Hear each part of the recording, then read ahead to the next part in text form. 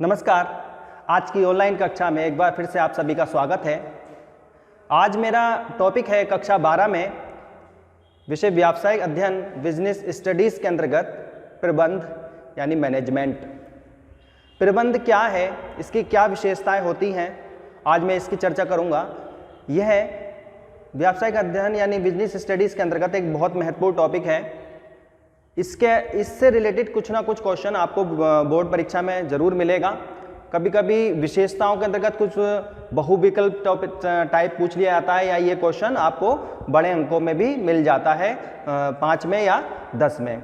तो बात करते हैं आज के महत्वपूर्ण टॉपिक की, जिसका जो टॉपिक है प्रबंध, जिसे इंग्लिश में मैनेजमेंट कहते हैं। तो प्रबंध क्या है, पहले नॉर्मल सामान्य शब्दों में देखते हैं। किसी भी कार्य के करने के कुछ ना कुछ निर्धारित उद्देश्य होते हैं। ऐसे कोई है कि कोई कार्य कर दिया जिसका कोई उद्देश्य नहीं है। जैसे मैं यहाँ वीडियो बना रहा हूँ तो मेरा उद्देश्य है कि इस लॉकडाउन में आपका नुकसान ना हो और आपकी पढ़ाई निरंतर चलती रहे, तो ये मेरा उद्देश्य है। तो अब इस उद्देश्य की पूर्ति के लिए मैंने बोर्ड लगा रखा है, माइक है, कैमरा चल रहा है, और भी चीज़ें लगी हैं। तो ये क्या है, ये सारी चीज़ें मैं क्यों यूज़ कर रहा हूँ, ताकि जो मेरा इस वीडियो बनाने का उद्देश्य है वो पूरा हो सके। जो भी मेरा उद्देश्य है वो पूरा हो सके। और आपने देखा ये सारी चीज़ें कितनी व्यवस्थित हैं। पीछे बोर्ड है, बोर्ड साइड में क्यों नहीं है, कैमरा सामने है, ये सारी चीज़ें क्या है। तो निर्धारित उद्देश्यों की पूर्ति के लिए किसी कार्य को व्यवस्थित ढंग से करना मैनेजमेंट कहलाता है, प्रबंध कहलाता है। ठीक है, यदि आप कोई भी कार्य अच्छे तरीके से प्लानिंग के साथ कर रहे हैं, जिससे आपको उसके लाभ मिल सकें, जो उद्देश्य आपने बनाया है वो पूरा हो सके, तो आपने जो भी व्यवस्था उसकी की होगी वो क्या है, वो प्रबंध है, वो मैनेजमेंट है। लेकिन यहाँ व्यवसायिक अध्ययन के अंतर्गत यानी बिजनेस के अंतर्गत हम यदि मैनेजमेंट की बात करें तो उसके अंतर्गत चलते हैं। तो क्या है व्यवसाय जब मान लीजिए व्यवसाय, तो व्यवसाय अनेक छोटी छोटी चीज़ों से बनता है, यानी एक शक्ति का एक समूह है व्यवसाय। उसमें मशीनरी भी लगी है, व्यक्ति भी लगे हैं, और भी जाने क्या क्या लगा है। तो उस व्यवसाय को, उस व्यावसायिक संस्था को चलाने के लिए उसे चलाने के लिए एक प्रेरक शक्ति की आवश्यकता होती है। आप मान लो मशीन लिया है, ये लिया है, वो लिया है, कर्मचारियों की नियुक्ति कर ली, लेकिन वो अब उसको कर नहीं पा रहे हैं, उस कार्य को, जो निर्धारित उद्देश्य है उस संस्था के, वो कर नहीं पा रहे हैं उस कार्य को। तो उन सब को चलाने की एक प्रेरक शक्ति है, जिसे प्रबंध कहते हैं। यानी कि जो भी ये संस्था में जो चीज़ें जुड़ी हैं, जिसका ये समूह बना है, इसे चलाने की प्रेरक शक्ति का नाम ही प्रबंध है। तो प्रबंध के अंतर्गत जो व्यवसाय है, व्यवसाय एक व्यक्तियों का समूह है, तो उस समूह से इस प्रकार कार्य लेना है, अपने विवेक से इस प्रकार कार्य लेना है, जिससे कि जो संस्था के निर्धारित उद्देश्य हैं उनको प्राप्त किया जा सके। तो ये प्रबंध के अंतर्गत आता है। तो विभिन्न व्यक्तियों में निर्देशन के द्वारा, नेतृत्व के द्वारा, उनके अभिप्रेरणा के द्वारा उनको इस प्रकार से उनका सहयोग लेना है, जिससे कि संस्था के निर्धारित उद्देश्यों को प्राप्त किया जा सके। तो ये मैनेजमेंट है। कोई भी व्यावसायिक संस्था की जब स्थापना होती है तो उसके निर्धारित उद्देश्य हैं। अब उन उद्देश्यों को प्राप्ति के लिए विभिन्न व्यक्तियों की नियुक्ति की गई है। तो उन व्यक्तियों को किस प्रकार उनका नेतृत्व करें, उनको मोटिवेट करें, उनका किस प्रकार उनको निर्देशन करें, जिससे कि संस्था के निर्धारित उद्देश्यों की प्राप्त की जाए। तो ये सारी प्रक्रिया जो व्यक्तियों से कार्य लेने की है, ये प्रबंध के अंतर्गत आती है, मैनेजमेंट के अंतर्गत आती है। ठीक है, तो ये प्रबंध है। यानी कि व्यावसायिक, यानी कि अगर सीधे शब्दों में कहें तो कि व्यवसाय के निर्धारित उद्देश्यों को प्राप्त करने के लिए जो एक समूह है, उसे एक निर्धारित अपने विवेक से कार्य लेने की पद्धति प्रबंध कहलाती है। ठीक है, तो ये प्रबंध है। अब प्रबंध में चलते हैं। इसकी विशेषताएं जो कि बहुत महत्वपूर्ण हैं, विशेषताएं आपको बहुविकल्प के रूप में भी मिल जाती हैं कि निम्न में से प्रबंध क्या है, तो कोई ना कोई एक विशेषता देंगे, वो लगभग एक सी लगती हैं आपको। उसमें से छांट कर देखना है, बहुविकल्प इसका भी एक आता है और ये लॉन्ग क्वेश्चन के रूप में भी आता है। तो क्या है, सबसे पहले इसकी विशेषता की बात करते हैं तो प्रबंध की विशेषताएं। तो प्रबंध की विशेषता में सबसे पहले है प्रबंध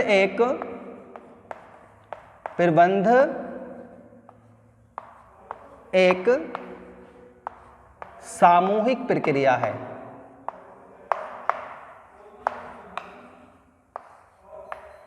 प्रबंध एक सामूहिक प्रक्रिया है। प्रबंध एक सामूहिक प्रक्रिया है का क्या मतलब है? अकेला व्यक्ति अपना प्रबंध नहीं, जब जो मैनेजमेंट है, जो प्रशासक है उसका व्यवसाय का, वो अपना प्रबंध नहीं, वो व्यवसाय का जो समूह है जिससे वो पूरी संस्था चल रही है, जो व्यक्तियों का एक समूह है, उनको कार्य लेने की, उनसे कार्य लेने की एक प्रक्रिया है जो कि निरंतर चलती रहती है कि व्यक्तियों से किस प्रकार कार्य लेना है। जो समूह है, जो भिन्न भिन्न वर्गों में कर्मचारी बटे हुए हैं, उनसे किस प्रकार कार्य लेना है, तो ये प्रबंध की विशेषता के अंतर्गत आता है। यानी प्रबंध एक सामूहिक प्रक्रिया है, किसी अकेले व्यक्ति के लिए निर्धारित नहीं होती, ये समूह के लिए होती है। जो भी निर्देश होते हैं वो समूह के लिए होते हैं, जो भी अभिप्रेरणा होती है वो एक समूह के लिए होती है, इसलिए कहा जाता है कि प्रबंध एक सामूहिक प्रक्रिया है। दूसरा टॉपिक है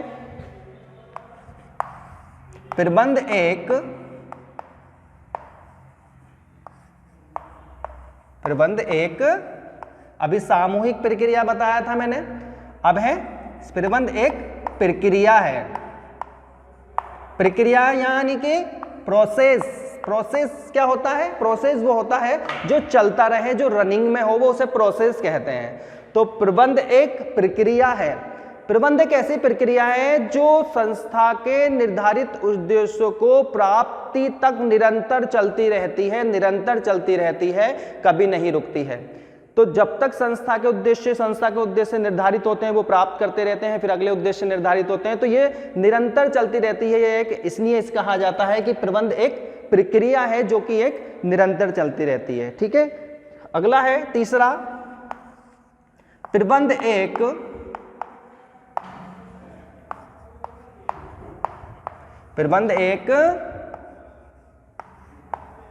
पेशा है।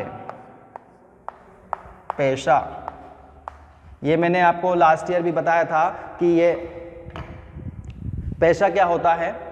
प्रबंध एक पैसा है, तो प्रबंध एक पैसा है पे जाने से पहले हम पैसा समझते हैं क्या है। किसी भी कार्य को करने के लिए, कुछ कार्य ऐसे हैं जिनको करने के लिए निर्धारित योग्यता निर्धारित की गई है, कुछ निश्चित योग्यताएं निर्धारित की गई हैं। जैसे वकील बनना है तो वकील बनने के लिए LLB या जो भी उसके कोर्स हैं, डॉक्टर बनना है तो डॉक्टर के कोर्स MBBS या ये, CA बनना है तो CA का कोर्स, चार्टर्ड अकाउंटेंट्स। तो कुछ ऐसी डिग्रियां हैं, कुछ ऐसे कार्य हैं जिनको करने के लिए आपको पहले उसकी पढ़ाई करनी पड़ेगी, तब कहीं जाकर आप वो कार्य कर सकते हैं। जैसे डॉक्टर हैं तो आप डॉक्टर हैं तो डॉक्टर के विभिन्न कोर्स आते हैं, यदि वो कोर्स आपने किया है तो आप एक प्रोफेशनल व्यक्ति हैं, वो कार्य आपने किया है। और यदि आप ने कोर्स नहीं किया और डॉक्टर बन जाते हैं तो आपको पता ही है उस डॉक्टर को क्या कहते हैं ना, झोला छाप। तो वो कोई डिग्री नहीं लिया होता लेकिन वो फिर भी इलाज करता है। तो ऐसे कोई कार्य जिसको करने के लिए विशेष अनुभव, विशेष शैक्षिक योग्यता की आवश्यकता होती है, वो पेशा कहलाता है।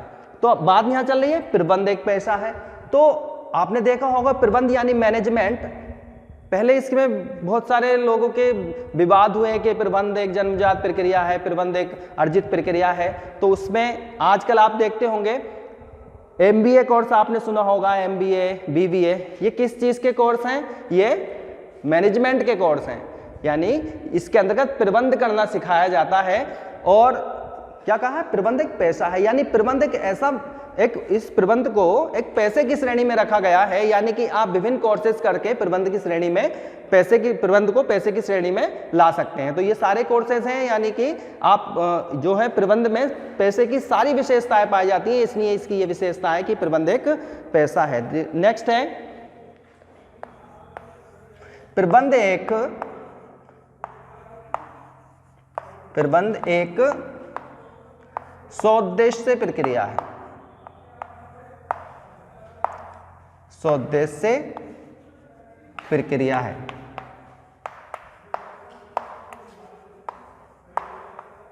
प्रबंध एक सौद्देश्य प्रक्रिया है का क्या मतलब है?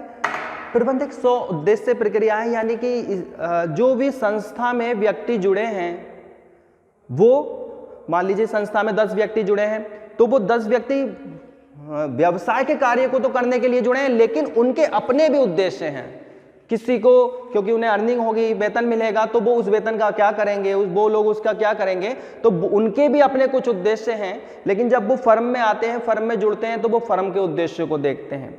यानी प्रबंध केवल फर्म के उद्देश्य को ही पूरा नहीं करता, जो कर्मचारी उससे जुड़े हैं उनके उद्देश्य को भी पूरा करता है। यानी कि प्रबंध एक सौद्देश्य प्रक्रिया है जो विभिन्न प्रकार के उद्देश्यों को पूरा करता है। ठीक है, सौद्देश्य का मतलब बहुत सारे उद्देश्यों को वो पूरा करता है। नेक्स्ट है, इसी से रिलेटेड है कुछ, प्रबंध एक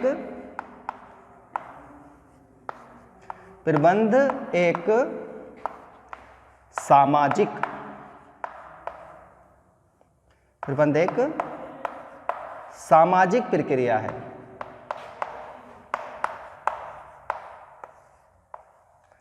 प्रबंध एक सामाजिक प्रक्रिया है। अभी मैंने बताया कि इसी से कुछ ना कुछ ये रिलेटेड है। सामाजिक प्रक्रिया, जो कर्मचारी वर्ग उसमें जुड़ा है वो समाज के ही विभिन्न व्यक्ति होते हैं। तो सामाजिक प्रक्रिया कैसे हो जाता है कि जब वो व्यक्ति इस फर्म से जुड़ते हैं, तो यानी समाज उस फर्म से जुड़ा है, समाज उस व्यावसायिक संस्था से जुड़ा है, तो वो प्रबंध अपने द्वारा व्यवसाय के उद्देश्य को तो पूरा कर ही रहा है, साथ साथ समाज के उद्देश्य को भी पूरा कर रहा है। वो व्यक्ति अपनी सामाजिक आवश्यकताओं को भी पूरा कर रहे हैं। यानी प्रबंध की व्यवसाय की आवश्यकताएं अलग, और वो जो उससे समाज जुड़ा है उस समाज की आवश्यकताएं भी प्रबंध के द्वारा ही पूरी हो रही हैं। इसलिए कहा जाता है कि प्रबंध एक सामाजिक प्रक्रिया है। यदि व्यवसाय का विकास हो रहा है तो उसमें लगे हुए कर्मचारियों का भी विकास होगा, और जब कर्मचारियों का भी विकास होगा तो उसमें समाज का भी विकास होगा, क्योंकि वो कर्मचारी वर्ग समाज से ही आता है। इसलिए कहा जाता है कि प्रबंध एक सामाजिक प्रक्रिया है। ठीक है, नेक्स्ट है, ये भी शायद इसी से कुछ रिलेटेड है कि प्रबंध मानव जीवन को प्रभावित करने वाली प्रक्रिया है। मानव जीवन को प्रभावित करने वाली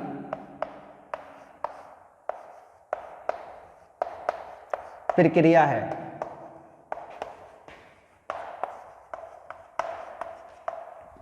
देखो फिर वही आ गया, प्रबंध मानव जीवन को प्रभावित करने वाली प्रक्रिया है। तो जो मैंने अभी बताया था, व्यवसाय का विकास होगा तो समाज का विकास होगा, और समाज का विकास होगा तो जो उसमें लगे हुए व्यक्तियों का विकास होगा, उनका जीवन स्तर में भी सुधार होगा। जीवन स्तर का मतलब क्या है? जीवन स्तर का मतलब है उनका रहन सहन कैसा है, उनका रहन सहन कैसा है। अगर जीवन स्तर निम्न श्रेणी का है तो उसे उच्च श्रेणी का बनाया जाता है। प्रबंध जब अपना विकास, व्यवसाय का विकास करता है, प्रबंध के द्वारा जब व्यवसाय का विकास होता है तो उसमें लगे हुए व्यक्तियों का भी विकास होता है, उनकी अर्निंग्स बढ़ती है, उनके वेतन बढ़ते हैं, और जब वेतन बढ़ते हैं तो क्या होता है, उनका जो जीवन स्तर होता है वो भी ऊपर उठने लगता है। इस प्रकार क्या है, मानव जीवन को प्रभावित करने वाली प्रक्रिया है, मानव को उनको प्रभावित करती है। इसमें नहीं आएंगे, आगे देखते हैं। 6 पॉइंट ये हो गए हैं, इनको आप बार बार देखें क्योंकि इसी से रिलेटेड कोई पॉइंट वो आपको बहुविकल्प में दे देगा और पूछेगा कि प्रबंध है, तो आपको लगेगा चारों सही है, लेकिन उसमें से कुछ एक ही सही होगा जो आपको देखना है। नेक्स्ट है, 6 हो गए थे, 7वां, प्रबंध एक सार्वभौमिक प्रक्रिया है। सार्वभौमिक प्रक्रिया है। प्रबंध एक सार्वभौमिक प्रक्रिया है। सार्वभौमिक शब्द यहां यूनिवर्सल, यूनिवर्सल मतलब पूरे विश्व में। ठीक है, यानी कि ऐसा नहीं कि प्रबंध केवल व्यवसाय में ही हो, जीवन के प्रत्येक क्षेत्र में प्रत्येक जगह, प्रत्येक स्थान पर प्रबंध की आवश्यकता ही पड़ती है। आपने घर में चीज़ों को व्यवस्थित कर रखा है, आपने स्कूल में चीज़ों को व्यवस्थित कर रखा है, आपने अपनी चीज़ें व्यवस्थित कर रखी हैं, तो ऐसे ही नहीं, कुछ सोचकर की होंगी तो वही क्या है, वो प्रबंध है। यानी कि हर छोटी से छोटी चीज़ में, हर बड़ी से बड़ी चीज़ में यदि उसको व्यवस्थित करके रखा गया है तो वो मैनेजमेंट के अंतर्गत ही रखा गया है। इसलिए कहा जाता है कि प्रबंध एक सार्वभौमिक प्रक्रिया है जो केवल व्यवसाय में नहीं, प्रत्येक स्थान पर, प्रत्येक जगह पाई जाती है। ठीक है, आगे है 8वां नंबर, प्रबंध का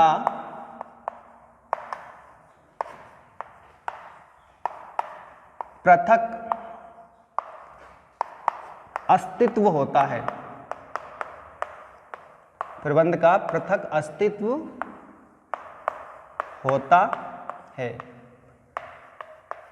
पृथक अस्तित्व, पृथक अस्तित्व का क्या मतलब है कि व्यवसाय में, व्यवसाय जो है वो खुद अपना कार्य नहीं करता, कृत्रिम व्यक्ति होता है, वो अपना कार्य कराने के लिए कुछ व्यक्तियों की नियुक्ति करता है, कुछ व्यक्तियों की नियुक्ति करता है। अब वो व्यक्ति अलग, व्यवसाय अलग। वो व्यक्ति भले ही छोड़कर चला जाए लेकिन व्यवसाय अपनी जगह ही रहता है, व्यवसाय अपनी जगह ही रहता है। एक व्यक्ति ने काम छोड़ा तो दूसरा व्यक्ति उसकी जगह आ जाएगा, दूसरे व्यक्ति ने काम छोड़ा तो तीसरा व्यक्ति उसकी जगह आ जाएगा जो मैनेजमेंट को देखेगा। यानी कि मैनेजमेंट खराब नहीं होगा। किसने कहा है, प्रबंध का पृथक अस्तित्व होता है, वो अपना, उसका अलग अस्तित्व है, व्यवसाय का अपना अलग अस्तित्व है। प्रबंध भले ही बदलता रहे लेकिन व्यवसाय का अस्तित्व और प्रबंध का अपना अस्तित्व चलता रहता है। इसलिए कहा जाता है कि प्रबंध एक, क्या कहा जाता है, प्रबंध का पृथक अस्तित्व होता है। ठीक है, नेक्स्ट है, इसी से रिलेटेड है, प्रबंध स्वामित्व से, जो मैंने अभी बताया, स्वामित्व से पृथक होता है, पृथक होता है। इसका आशय क्या है, प्रबंध स्वामित्व से पृथक होता है। मान लीजिए मैं किसी व्यवसाय का मालिक हूं, मैं किसी व्यवसाय का ओनर हूं, तो जरूरी नहीं कि मैं ओनर हूं तो मैं ही उसकी व्यवस्थाओं को देखता हूं। जरूरी नहीं कि जो व्यवसाय का मालिक है, जो व्यवसाय का स्वामी है, वही व्यवसाय की व्यवस्थाओं को भी देखे, वही मैनेजमेंट के कार्यों को भी देखे। नहीं, क्या लिखा है मैंने, प्रबंध स्वामित्व से पृथक होता है। जरूरी नहीं कि मैं ही देखूं, मैं अपने द्वारा किसी व्यक्ति की नियुक्ति कर सकता हूं जो मेरे व्यवसाय में प्रबंध की प्रक्रियाओं को देखेगा, प्रबंध की क्रियाओं को देखेगा।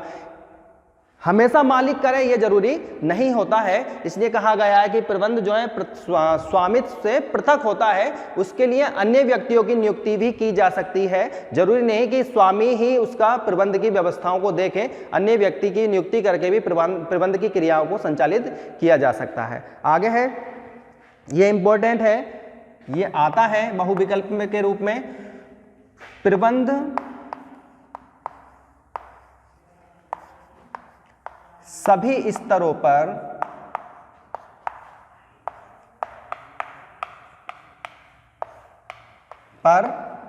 आवश्यक है। ये आपको बहुविकल्प के रूप में भी मिल सकता है।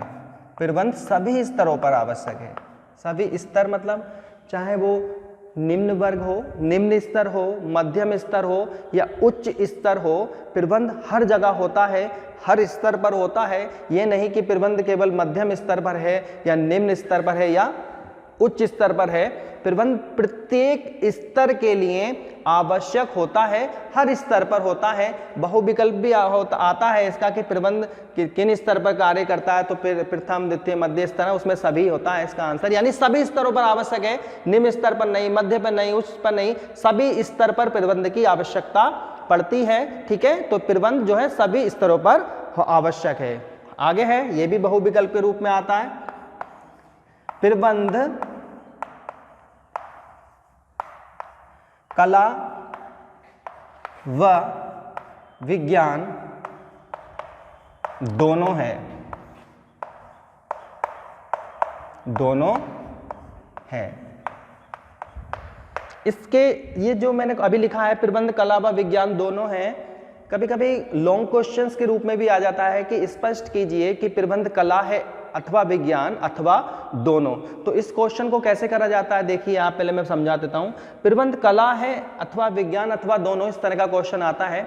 तो अब यहाँ आपको प्रबंध वो कह रहा है कला है या विज्ञान है या कला और विज्ञान दोनों है, तो आपको यहाँ तीनों चीजों को लेना पड़ेगा। कैसे? पहले आपको कला लेना पड़ेगा, कला की क्या क्या विशेषताएं होती हैं, फिर आपको प्रबंध विज्ञान लेना पड़ेगा कि विज्ञान की क्या क्या विशेषताएं होती हैं, फिर आपको ये देखना पड़ेगा कि प्रबंध में ये विशेषताएं है नहीं है, फिर आप बताओगे कि कला विज्ञान प्रबंध कला व विज्ञान दोनों हैं।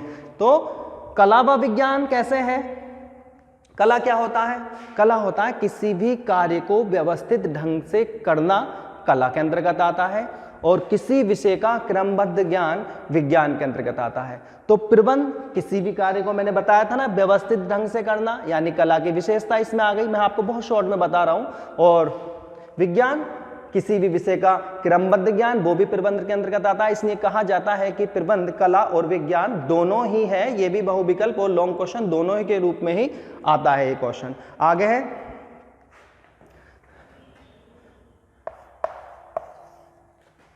प्रबंध के चारों ओर कार्यों का वातावरण। मैं शॉर्ट में लिख देता हूं, कार्यों का वातावरण।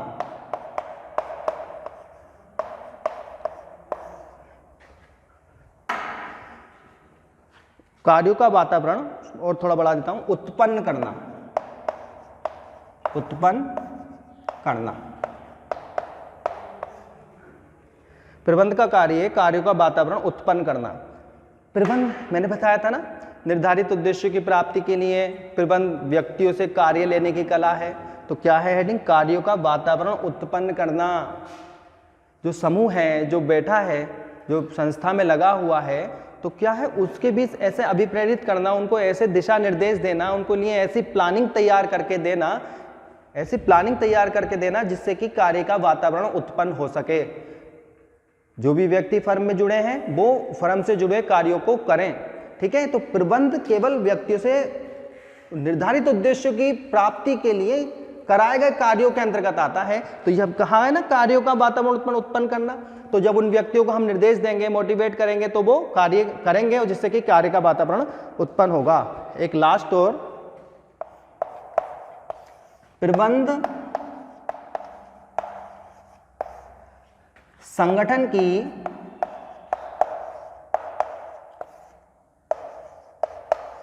को शक्ति प्रदान करता है, संगठन को शक्ति प्रदान करता है, प्रदान करता है।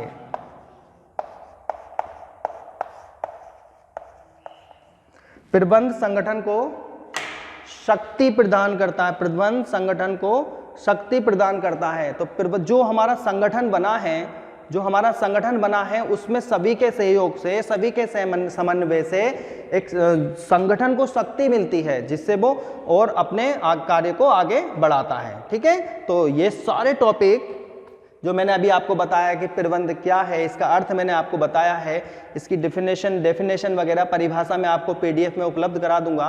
बाकी इसका मैंने आपको अर्थ बताया और इसकी विशेषताएं बताई। अब मिलेंगे किसी नेक्स्ट वीडियो में। मुझे उम्मीद है कि ये टॉपिक आपके समझ में जरूर आया होगा। यदि नहीं आया हो तो मुझे बताना, मैं और अच्छी वीडियो बनाने की कोशिश करूँगा। अब मिलेंगे किसी नेक्स्ट टॉपिक में, प्रबंध के ही किसी नेक्स्ट टॉपिक में, नेक्स्ट वीडियो में। जब तक के लिए धन्यवाद।